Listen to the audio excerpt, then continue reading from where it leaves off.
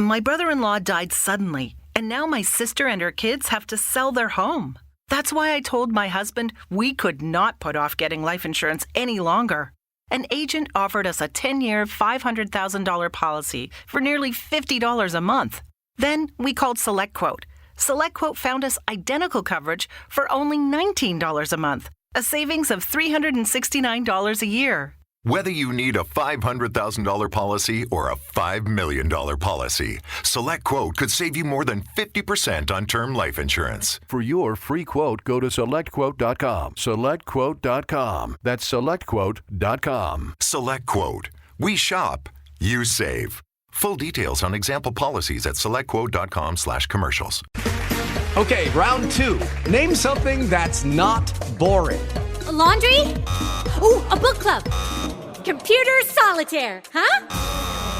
Ah, sorry, we were looking for Chumba Casino.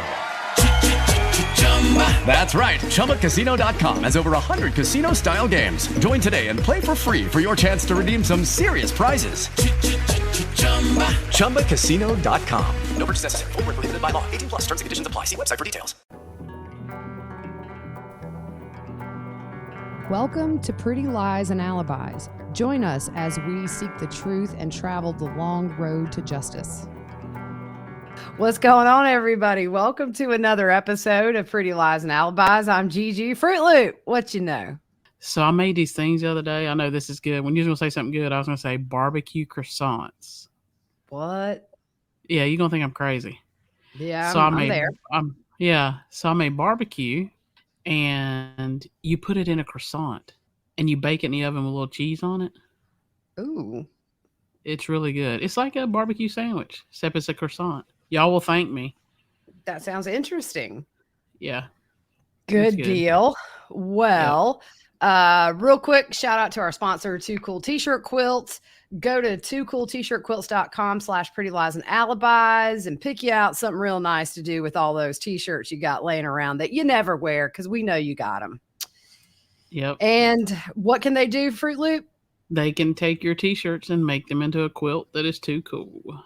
Yes, they can. Don't forget to sign up for True Crime Feud. We'll be live this Saturday at 8:30. Looking forward to it. It's going to be so much fun. Yeah, and it's going to be a mixture of popular answers and just questions with an answer. So it's going to be good. Oh, that sounds really, really fun. So yeah. I'm going to tell you, I think starting tomorrow, we are going to start covering this Chandler Halderson trial.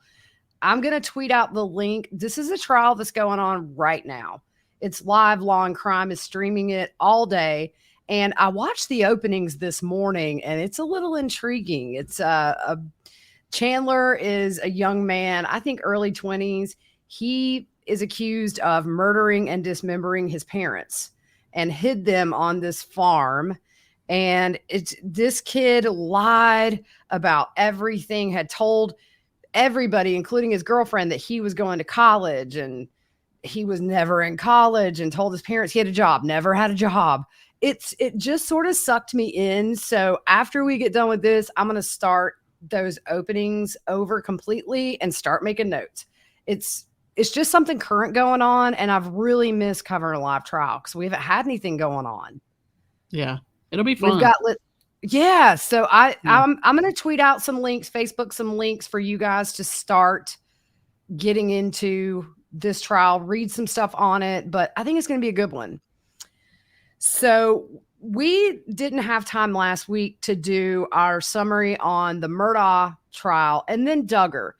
And since we just got finished covering Duggar in November, we're actually going to do a little bit more of a timeline from the beginning with him when all these problems started. It's very alarming when you kind of read this laid out. Fruit Loop, you look like you are trying to portal out of here if you're on YouTube. I am.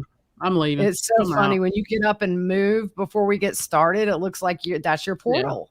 Yeah. It's cool. How like fancy. Yeah. So for Murdaugh, this is going to be the case that keeps on giving. I think that we're just getting started with the charges for him. So this is a really good way if you're new to the case and just really didn't know where to start. We're just going to summarize the main points of what happened since June last year when Maggie and Paul were murdered. I think it was June. Yeah, June. And then that's going to be it with this is actually a New Year summary because we just were a little late with it. But let's get started so we can get through this. So on June 7th, 2021, Paul and Maggie Murdaugh are found murdered by Alec, the dad, the husband. They're near the dog kennels on the property, and the cause of death for both was multiple gunshot wounds. And it was quickly announced that there was no danger to the public. So our ears went up and we were like, they know something. I mean, when you have two very prominent family members from a family that really had a stronghold on the Low Country in a legal sense for almost 100 years, and then they very quickly say there's no threat to the public, you just do the math. So Alec had told authorities that he had been out shooting and found Maggie and Paul when he went home. Excuse me. I'd also heard he went to see his dad, who was terminal, who actually died a few days after Paul and Maggie, ironically.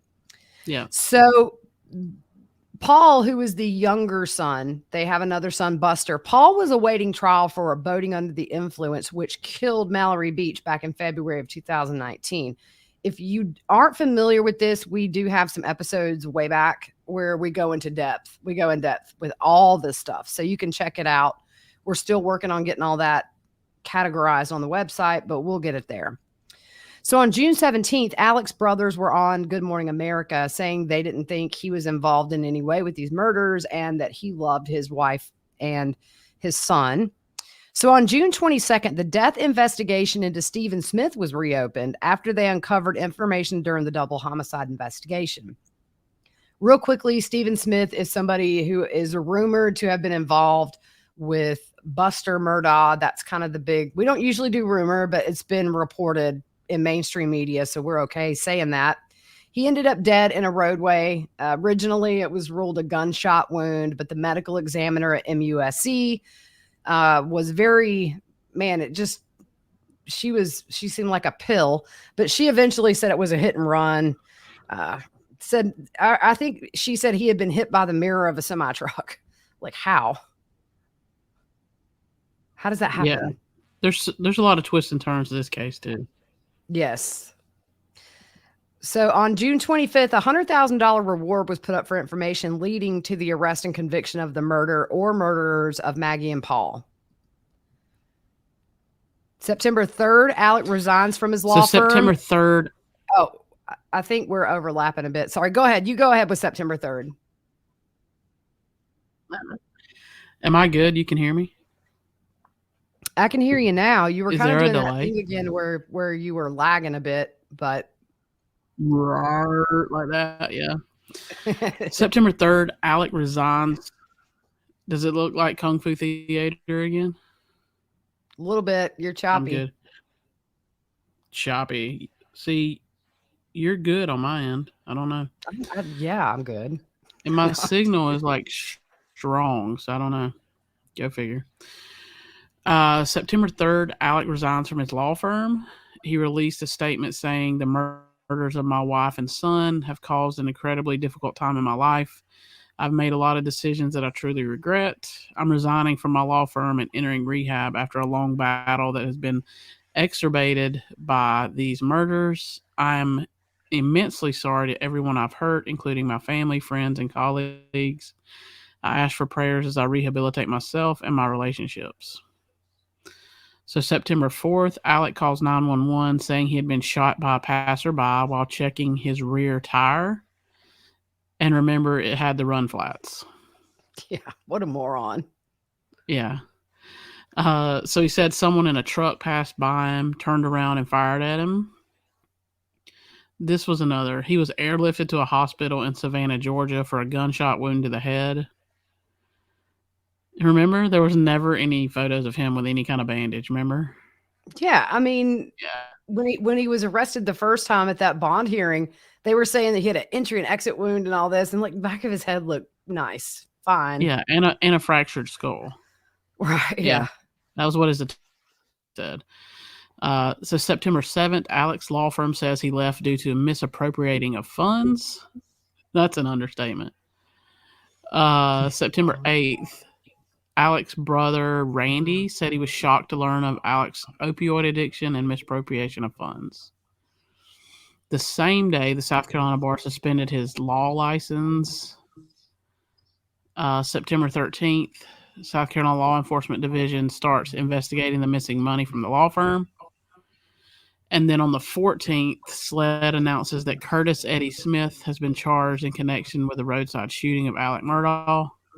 He was charged with assisted suicide, assault, and battery of a high and aggravated nature, pointing and presenting a firearm, insurance fraud, and conspiracy to commit insurance fraud. And one thing that I didn't put in the notes, I don't think, is that we just recently learned that he had been paying him, I think, around $2 million over the course of some time. And those payments finished up right before these double murders. Just that's suspicious. That's weird. That's weird. So on September 15th, the Murdaugh attorney said Alec had Curtis Eddie Smith. He wanted to have him shoot and kill him. And Alec's attorney, Dick Harpootlian, said on September 4th, it became clear Alex believed that ending his life was his only option. Today, he knows that's not true. For the last 20 years, there have been many people feeding his addiction to opioids. During that time, these individuals took advantage of his addiction and his ability to pay substantial funds for illegal drugs. One of those individuals took advantage of his mental illness and agreed to take Alex's life by shooting him in the head. He's blaming everybody but his client, who is currently in jail with no bond. Fortunately, Alec was not killed by the gunshot wound. Alec is fully cooperating with SLED in their investigations into his shooting, opioid use, and the search to find the person or people responsible for the murder of his wife and son. Alex is not without fault, but he is just one of many whose lives have been devastated by opioid addiction. So the same day as this statement, the sons of the former Murdaugh housekeeper, Gloria Satterfield, filed a lawsuit against Alex, saying they never received any settlement money from their mother's wrongful death suit, which is interesting because Alec approached them and told them to sue. He said, "You need to sue me and we'll get you some money." Not only that, but he had his old college roommate and friend represent them in this suit, and they never saw any money until he was in the pokey. So SLED is also opening an investigation into her death due to information gathered during these investigations. I think this year we're going to probably find some news out about these murders and Stephen Smith and Gloria Satterfield's deaths. For me, the fact that they even associated those investigations in a statement about Alec Murdaugh tells me a lot. They've got something. They've got something big on him. Yeah. And I don't think we've seen the half of these charges that he's going to be facing. No. So we're going to jump to September 16th. So Alec surrenders to authorities in connection with a roadside shooting from September 4th. He said his reasoning for the roadside shooting was to allow his surviving son, Buster, to collect a $10 million life insurance policy.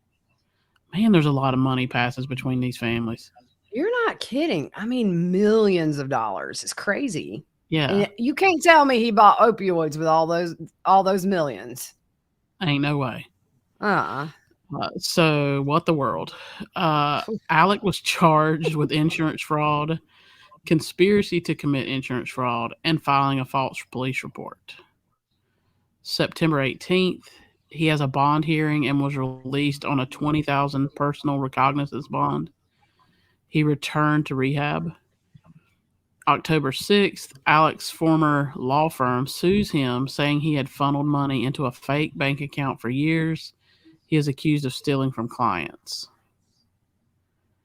October 14th, Alec is arrested after being released from rehab in Orlando, Florida. He was charged with 2 felony counts of obtaining property by false pretenses related to the settlement in the Gloria Satterfield case. The family of Gloria Satterfield says Alec stole more than $4 million in settlements from her death. October 19th, Alec appears in Richland County for a bond hearing, and the judge said that he was a threat to himself and the community and says no bond until Alec has a psychiatric evaluation. November 2nd, Alex's assets are frozen by a judge as part of the Mallory Beach wrongful death suit. And that was smart. Yeah, because Buster was the executor of that estate and had I don't think he had many restrictions at all. And right before this happened, if you remember, Buster and his uncle are pictured in Vegas sitting at the table. So I'm sure the judge is like, wait a minute.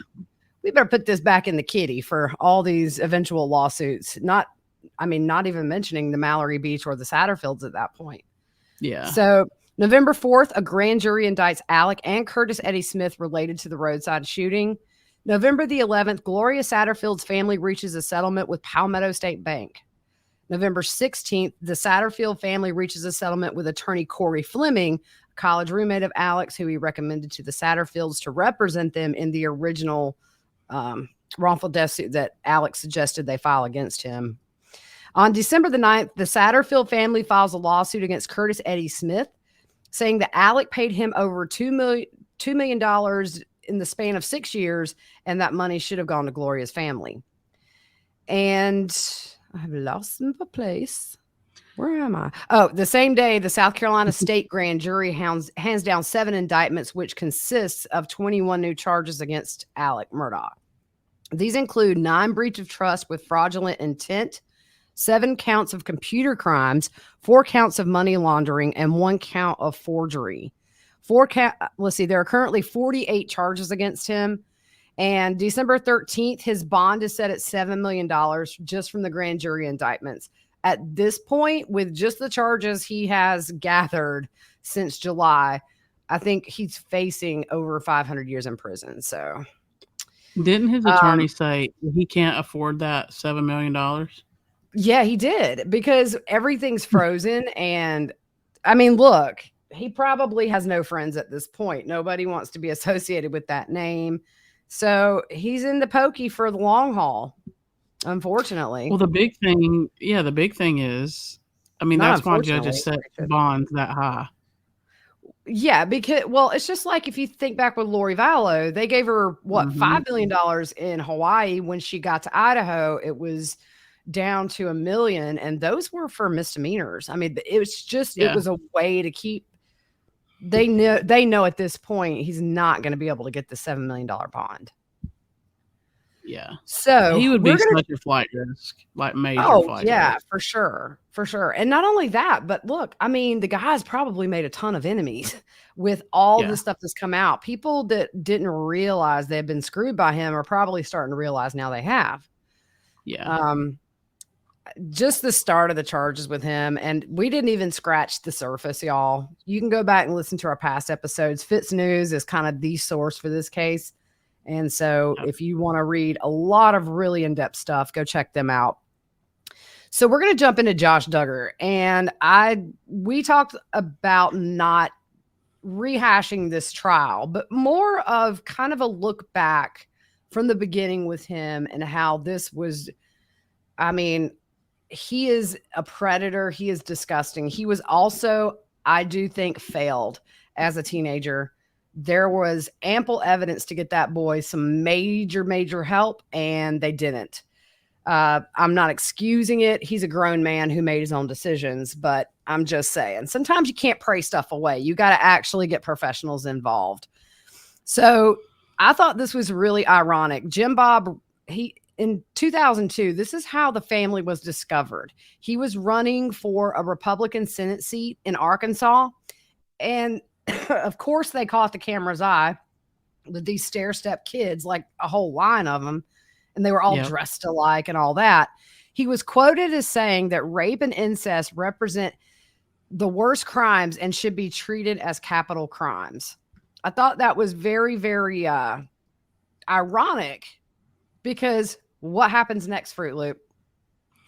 The same year. They find out that Josh had molested his sister. When a sister confessed that Josh was touching her as she slept. So then Jim Bob didn't contact authorities. I said that southernly. Authorities. And disciplined him on his own. When he came aware of the molestations, he met with an elder in their church, and they decided to send Josh away from March to July of 2003. But I think we found out during that it was something different, right? No, this was no, I mean, he was sent away for molesting his sisters. No, I know that, but where he went, it was basically a joke.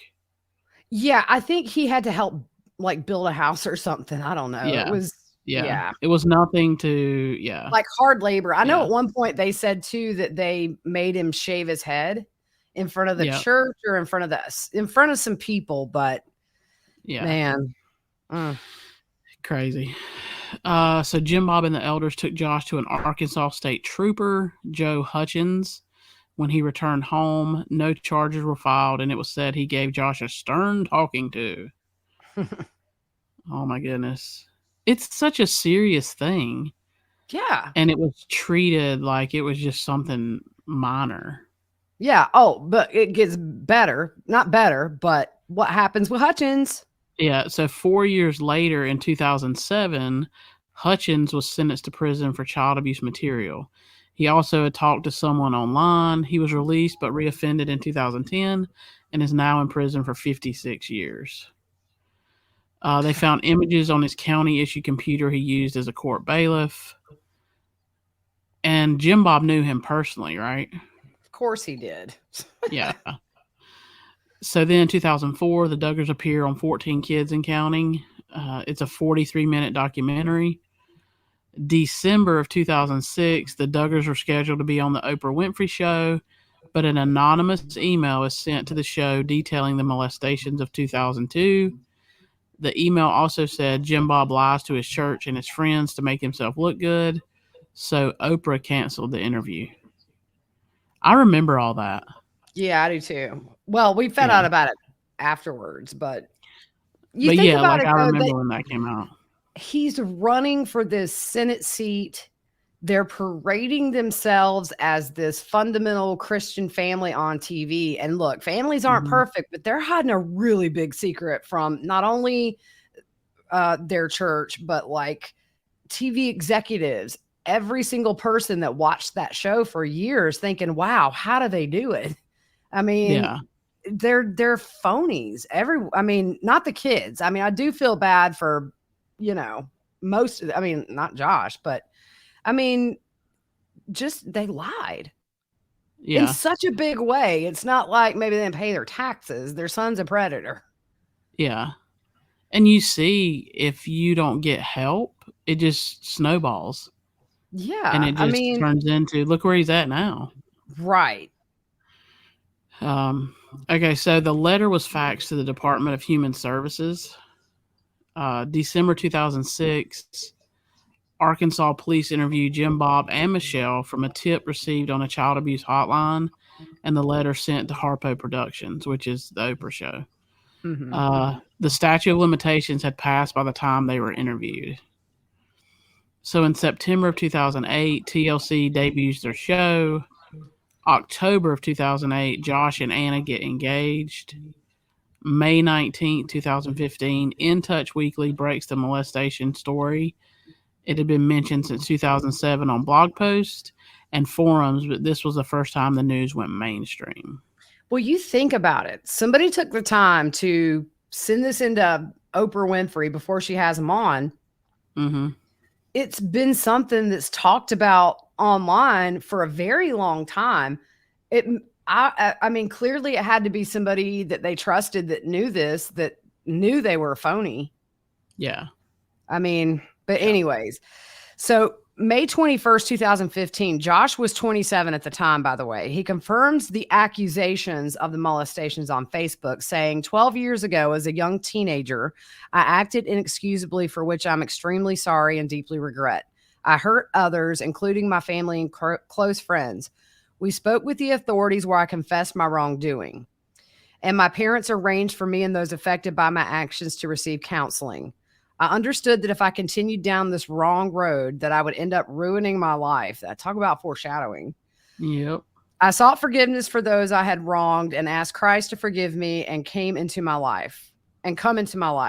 I I would do anything to go back to those teen years and take different actions. In my life today, I'm so very thankful for God's grace, mercy, and redemption.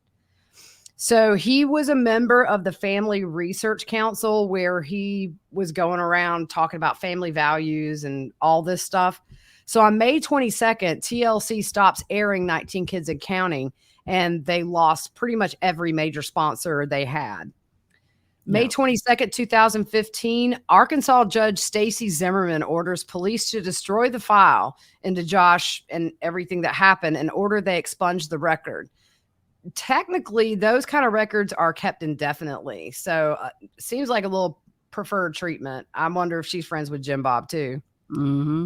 So June 2015, Jim Bob and Michelle go on Fox News and admit that 4 of Josh's sisters were victims of his.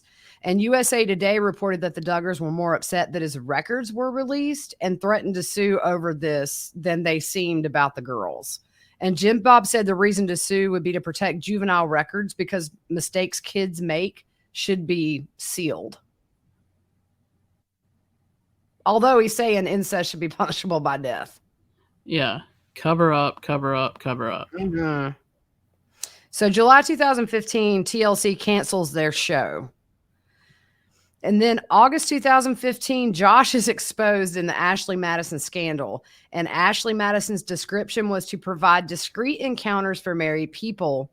So Josh releases another statement saying, I've been the biggest hypocrite ever. While espousing faith and family values, I've secretly over the last several years been viewing adult material on the internet, and this has become a secret addiction. And I became unfaithful to my wife. Where did I go? Lord have mercy. I've secretly over the last several years been viewing pornography on the internet. And then he says again, he was unfaithful. So what happens in 2019? Department of Homeland Security executes the search warrant on Josh's car dealership. On his work computer, they found proof of him downloading and viewing child abuse materials. April 29, 2021, he's arrested and gets federal charges for possessing and receiving child abuse materials. And of course, he pled not guilty. May 5th, he is released on bond into the custody. This was the biggest joke. Oh my gosh, yes. Of guardians who are personal friends of Jim Bob and Michelle. He was ordered to have GPS monitoring, home confinement, and could only leave if he was going to work, education, religious activities, or medical issues. He could not have contact with minors except for his own children, but Anna had to be there. November 16, 2021, Anna announces the birth of their 7th child, a daughter. December 9th, Josh is found guilty on both charges, and we know what sentencing is coming up in April. Yep. And also that he is reportedly in solitary confinement. For his own protection, from what I read. So that catches us up, summarizes what we learned over the past year about both of these bad boys. Yeah. And I don't know that we'll hear a lot more about Josh after the sentencing. I don't expect it to be some mind-blowing sentence. They're usually not for first offenders, unfortunately. And the sentencing guidelines, I think we've heard anywhere from like 5 to 12 years is what they sort of expect him to get. Still confusing because he was found guilty on both counts, which both carry up to 20 years each. But I mean, look, if you look at the patterns throughout this guy's life, he's been an offender really since testosterone started pumping through his veins. And he's going to reoffend again as soon as he gets out. People, I just don't have faith that a lot of people who do this stuff are ever redeemable. I just don't, because you always hear they reoffend. I'm sure there are success stories, but as a whole, it's a sick disease that, they're predators. And it scares me to death. I have kids out in this world and I would catch a charge because I would snipe somebody if they touched my kids. Sorry. Yeah. It's crazy. So anyways, that's all we have for today. So we are done summarizing. We were going to summarize some more cases, but there really just hasn't been a lot of developments. We really are keeping an eye on Orson West. Still haven't heard anything about these 2 boys who have been gone for over a year now, just vanished. Somebody Yeah. knows something. I'm waiting on the day we get an alert that they know something about. I don't think they're alive, unfortunately, after all this time, but it needs to come to an end. Hopefully they're working behind the scenes.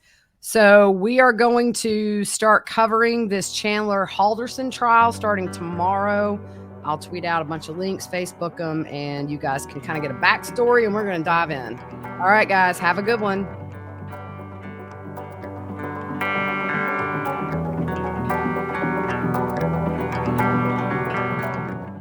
With Lucky Land Slots, you can get lucky just about anywhere. Dearly beloved, we are gathered here today to... Has anyone seen the bride and groom? Sorry, we're here. We were getting lucky in the limo and we lost track of time. No, Lucky Land Casino, with cash prizes that add up quicker than a guest registry. In that case, I pronounce you lucky.